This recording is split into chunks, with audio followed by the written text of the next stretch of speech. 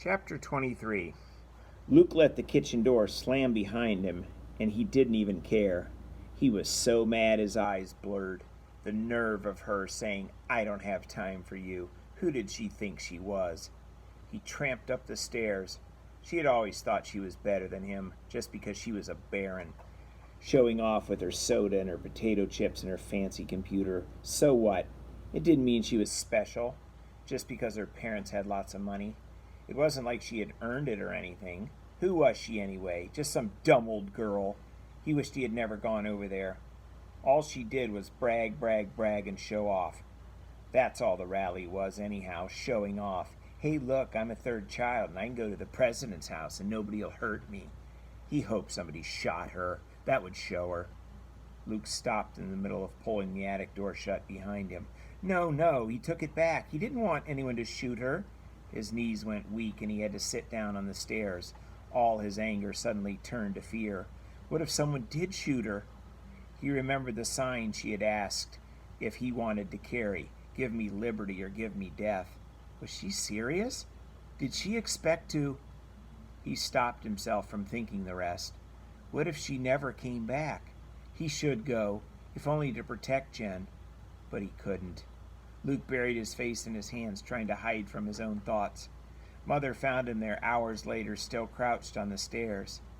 Luke, were you getting impatient waiting for me to get home? Did you have a nice day? Luke stared at her as though she was a vision from another life. He started, ready to spill everything.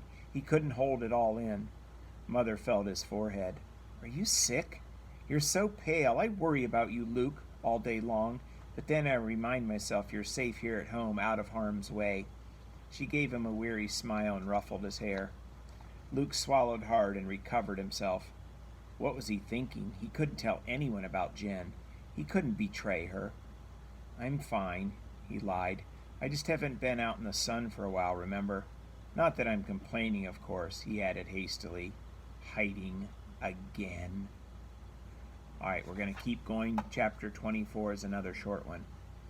For 3 days, Luke agonized. Sometimes he decided he had to stop Jen, to persuade her not to go. Sometimes he decided he ought to go with her. Sometimes he was mad again and thought he should just stalk over there and demand an apology. But anything he might do required seeing Jen, and that wasn't possible.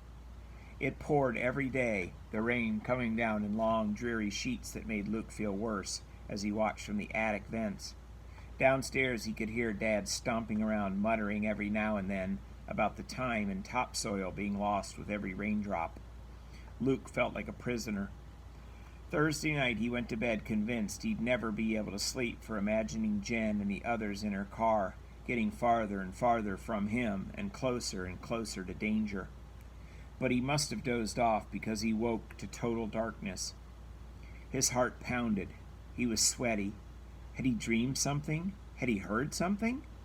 A floorboard creaked. His ears roared as he tried to listen. Was that someone else's breath or just his own? Loud and scared. A beam of light swept across his face. Luke! A whisper. Luke bolted up in bed. Jen, is that you? She switched off her flashlight. Yes, I thought I'd kill myself coming up your stairs. Why didn't you tell me they were so narrow? She sounded like the same old Jen, not mad, not crazy. I didn't know you'd ever be climbing them, Luke said. It was insane to be talking about stairs now in the middle of the night in his room. Every word either of them spoke was dangerous. Mother was a light sleeper. But Luke was delighted not to be moving on, not to be talking about what Jen had really come to talk about. Your parents didn't lock your doors, Jen said. She seemed to be stalling, too. Guess I'm lucky the government outlawed pets. Didn't farmers always used to keep a big guard dog that would chomp people's heads off in one bite? Luke shrugged, then remembered Jen couldn't see him in the dark. Jen, He wasn't sure what he was going to say until he said it. I still can't go. I'm sorry. It's something about having parents who are farmers and not lawyers, and not being a baron. It's people like you who change history. People like me, we just let things happen to us. No, you're wrong. You can make things happen.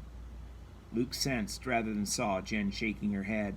Even in the dark, he could visualize each precisely cut strand of her hair bouncing and falling back into place.